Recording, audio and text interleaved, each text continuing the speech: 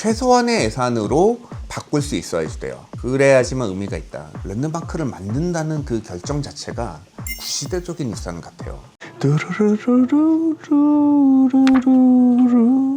지난번에 이제 빅트리 영상 저희가 1편 찍었는데 여행지에서 되게 급하게 찍었잖아요. 임시 개장을 했다고 하는데 보기 처참한 상황이었었고 뉴스에도 엄청 댓글이 많이 달렸었거든요. 사실이 아닌 댓글들도 있고 왜 원본대로 만들지 않았는지 궁금해하시는 분들이 많아서 그래서 좀 전문가적인 입장에서 그걸 말씀을 드렸고, 그래 뭐 이미 벌어진 일이고 다행히 창원시가 어떻게 바꿀지를 심사숙고 끝에 이제 정하시겠다고 했으니 지금 이라도 방법을 뭔가 찾아야죠. 타임머신을 타고 2, 3년 전으로 돌아가서 빅트리를 기획할 때부터 다시 할 수 있었다면 그러면 훨씬 더 뭔가 좋은 것을 제안할 수가 있었겠지만 엎질러진 물인데 그러면 물이 엎질러진 상황에서 어떻게 할 것인가. 그래서 오늘은 빅트리 회생 방안에 대해서 같이 한번 얘기를 해보도록 하겠습니다. 빅트리에서 사람들이 가장 싫어하는 부분이 상부에 있는 16그루의 나무들을 조잡하게 심어놓은 거를 제일 싫어하시는 것 같아요. 탈모 같다. 그리고 기괴하다라는 표현이 되게 많이 있어요. 근데 왜 그걸 기괴하다고 사람들이 생각이 드냐면 큰 나무 위에 나무가 작은 게 16그루가 나 있기 때문에 마치 기생수 같은 느낌이 좀 들어요. 일반적인 식물의 형태에서 발생하지 않는 형태다 보니까 이게 되게 부자연스럽고 징그럽다는 생각까지 드는 건데, 그래서 이거를 회생하기 위해서 가장 먼저 해야 될 거는 상부에 있는 구조물을 싹 다 없애는 거예요. 그러면 적어도 기괴하거나 징그럽다는 느낌은 좀 덜 들게 됐어요. 밑단에 인위적으로 달아놓은 풀이라던가 이런 것들도 제가 좀 없애봤어요. 자, 그리고 나서 이 상태는 저희가 인정을 하고 시작해야 돼요. CG나 AI로 또 멋있는 구조물을 만들어서 이 위에다가 올리는 경우나 철거를 한 다음에 다시 만드는 거 얼마든지 할 수 있죠. 10배, 20배 더 크고 아름다운 것들을 만들 수 있어요. 돈만 있으면. 여기서 제일 중요한 부분은 300억 들인 건물을 회생하기 위해서 3천억을 들었다면 사실 그건 회생이 아닌 거죠. 그러니까 우리는 최소한의 예산으로 바꿀 수 있어야지 돼요. 그래야지만 의미가 있다. 그래서 제가 생각하는 최소한의 예산은 원 예산의 10분의 1. 만약에 100억 이상의 돈을 들일 거면 저는 철거하는 게 낫다고 생각해요. 근데 35억 정도의 예산으로 만약에 회생할 수 있다면 350억 이미 들인 건데 더 잘 활용할 수 있으면 그게 더 나은 거지라고 아마도 생각하시지 않을까. 그래서 10분의 1이라는 예산에 제안을 좀 둬봤습니다. 일단 그래서 이 구조체를 건드리는 순간 철거하는 데만 50억은 넘게 들 것 같아요. 위에 올리는 것보다도 오히려 비싼 거야. 이거를 그렇다고 자 꼴보기 싫으니까 없애, 이것도 사실은 이성적인 해결 방법은 아니라고 생각해요. 어떻게든 쓰긴 써야죠. 상부를 철거하고 없애는 데는 제 생각엔 몇 천만 원이면 돼요. 이 구조체만 남겨놓고 보니 뭐 같아요? 누가 봐도 이제 영락 없는 나무 밑둥이에요. 산 정상에 거대한 나무의 밑둥이 잘려져 있는 거지. 여기까지는 우리가 디폴트 값으로 받아들이고 여기에서 무엇을 할 수 있는지인데, 지금 이곳은 전망대로서의 기능 외에는 아무런 기능이 없거든요. 프로그램도 사실은 되게 큰 문제였어요. 이 주변에서 바라보는 뷰가 시원하고 뻥 뚫려 있어서 좋긴 하지만 엄청 메리트 있고 아름다운 뷰는 아니에요. 아파트와 공장들 말고는 딱히 보이는 게 없거든요. 그래서 이 뷰를 보면서 무언가 함께 할 수 있는 게 있을 때 사람들이 여기에 더 오르고 싶은 생각이 들지 않을까? 이 산까지 걸어서 올라왔는데 창원시 이렇게 내려보고 그리고 나서 할 수 있는 게 내려가는 일밖에 없다.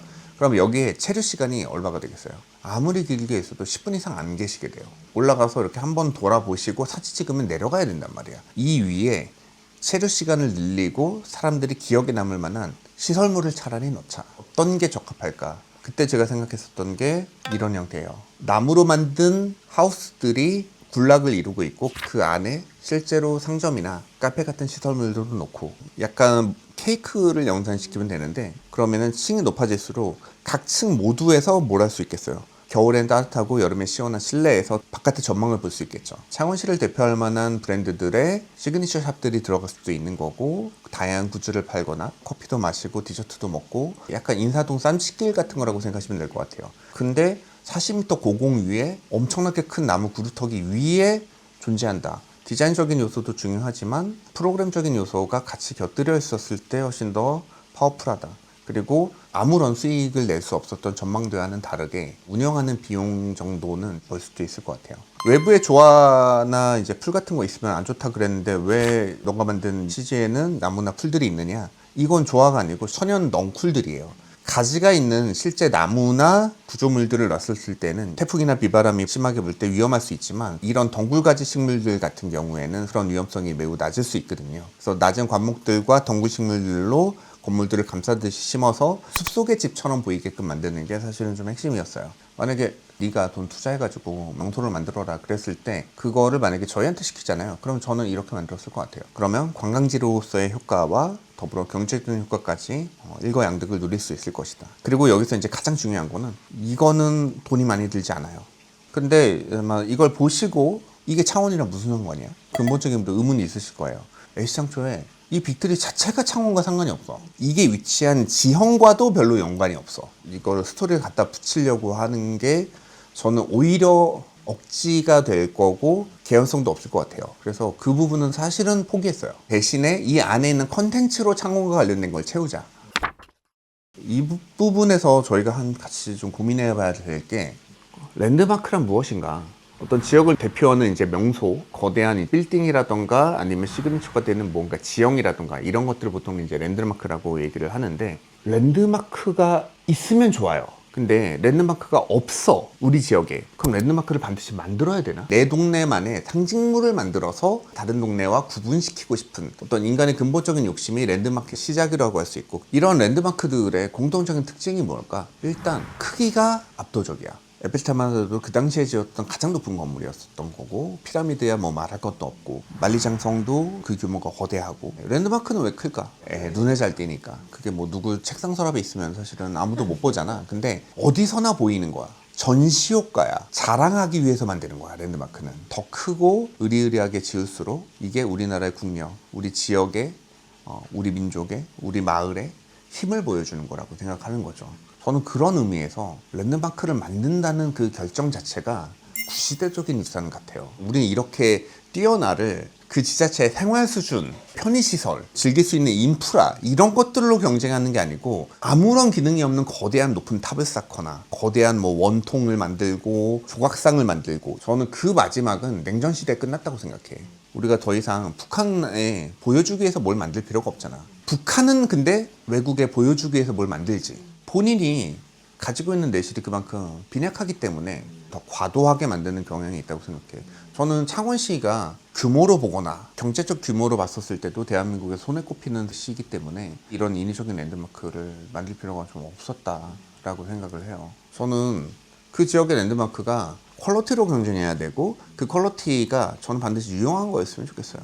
우리나라에도 성공한 랜드마크의 사례들이 있잖아요. 대표적인 게 서울의 랜드마크는 뭘까요? 대부분 이제 서울타워라고 얘기하겠죠. 캐대형까지 나와가지고 많이 관심을 가지시더라고요. 서울의 랜드마크가 된 거는 높은 탑이 남산 위에 올라가 있기 때문만이 아니라 아주 긴 역사 동안에 서울의 일상과 같이 녹아든 하나의 스토리가 된 거야. 랜드마크라는 건 저는 그렇다고 생각해요. 롯데타워가 남산과 남산타워를 합친 것보다도 높거든? 그럼에도 불구하고 서울의 랜드마크는 남산타워일 거라고 생각해. 어떤 지역의 랜드마크라는 건 돈 많이 쏟아 부을 테니까는 만들어! 해가지고서는 뚝딱하고 만들어낼 수 있는 게 아니라고 생각해요. 그 지역의 시민의 삶과 함께, 역사와 함께 시민들이 많이 사랑하고 이용하고 애용해야 만들어지는 거라고 생각해. 여기서 딜레마가 하나가 있어요. 모든 지자체가 거의 랜드마크 사업을 하고 있어. 우리 지자체를 나타나는 구조물을 만들겠다라는 계획들을 적어도 한 번씩은 다 가져봤어. 그리고 그 중에서 불행히 또 실행된 데들은 대부분 혹평을 받아. 그럴 수밖에 없는 첫 번째 이유가 예산 부족이야. 압도적인 랜드마크를 만들면 압도적으로 큰 비용이 들어. 롯데타워 봐. 롯데타워가 서울의 새로운 랜드마크로서 기능한다는 건 누구도 부정하지 못할 거고, 근데 얼마 들었어? 수조 원의 사업비가 들었잖아. 대부분의 지자체에서 랜드마크 관련된 사업을 했을 때는 이게 잘려지는 게 도 단위가 아니라 군시 단위거든. 약 150개 정도의 시군이 있는데 150개 랜드마크가 만들어지는 거야. 랜드마크 하나당 300억씩만 든다고 하더라도 그러면 4조 5천억이죠. 그 지역마다 각자의 랜드마크를 만든다 그랬을 때 그 중에서 몇 개가 과연 성공적으로 남겠냐고. 롯데타워 한 개 지을 돈으로 150개 랜드마크를 만들어. 이거를 150개로 쪼개면 롯데타워 하나가 가지고 있는 강점들을 갖게 될까? 한정된 예산을 가지고 지자체가 모두 나눠서 각자 자신들의 랜드마크를 만들겠다고 경쟁을 하잖아. 그러면은 단 한 개도 성공하지 못할 가능성이 높아. 박물관을 만드는 경우도 지자체마다 박물관을 만들거든. 동네 멋집 같은 프로를 통해서 고치는 지자체의 건물들도 대부분 보면 박물관이야. 박물관을 만드는데도 큰 돈을 쓸 수가 없고요. 박물관을 만드는 데보다 무엇에 더 돈이 많이 드냐면 안을 채우는 거야. 예전에 그런 적이 있어요. 되게 유명한 화가의 출생지였어. 그 화가의 기념박물관을 만들겠다는 거야. 문제는 그 화가가 너무 유명하셔서 한 개가 최소 4, 50억 하니까 단 한 개도 구매할 돈이 없었어. 그 화가의 그림이 한 개도 걸려있지 않은 거야. 이게 현실이야. 근데 모든 지자체가 특별한 콘텐츠를 다 가질 수가 있을까? 우리나라 150개 시군이 모두 관광지로 성공할 수 있을까? 우리는 선택을 해야 되는 것 같아요. 1조 5천억의 예산이 있어. 150개 시군에 모두 100억씩 나눠줘서 100억짜리 박물관 150개를 만들게 할 건지, 아니면 원교육을 쌓아서 1조 5천억짜리 경쟁력이 있는 박물관 하나를 만들지. 이거는 국제적인 경쟁력이 있겠지. 사실 지방자치제의 의의는 되게 좋지. 스스로 해결하게 하는 거는 매우 바람직한 제도야. 중앙 집권적으로 결정해야 될 부분도 반드시 있는 거야. 각 지자체에게 이걸 결정하라고 하잖아. 내 지자체에 예산이 안 오면 이거는 영원히 되는 거잖아. 이거를 양보할 지자체가 없어. 옆 지자체가 관광자원이 더 많으니 너네 몰아서 600억 지으라고서는 양보할 수 있는 군수가 누가 있어? 이거는 중앙에서 조정해줘야 돼. 해외와 경쟁해야 되는 것들, 세계와 경쟁해야 되는 무언가를 만들 때는 지자체의 문제가 아니고 한국이란 나라의 문제인 거야. 그럼 나라 차원에서 선택과 집중을 반드시 해야지. 아이슬란드에 엘리다이 섬이라는 곳이 있거든. 그 섬은 무인 노예에다가 그렇게 유명할 게 없는데, 근데 저 섬이 랜드마크가 된 거는 저 한 채의 집 때문이야. 저 그림 같은 섬 한가운데 있는 한 채의 집 때문에, 만약에 그 섬만 있었잖아, 그러면 유명하진 않았을 거야. 사람들이 유람선을 타고 저 섬의 저 집을 지나면서 사진을 찍고 즐거워하면서 사람들이 이야기하거든. 똑똑한 랜드마크는 사실 저렇게 만드는 거야. 이미 자연이 만들어 놓은 랜드마크에 점 하나 찍는 거.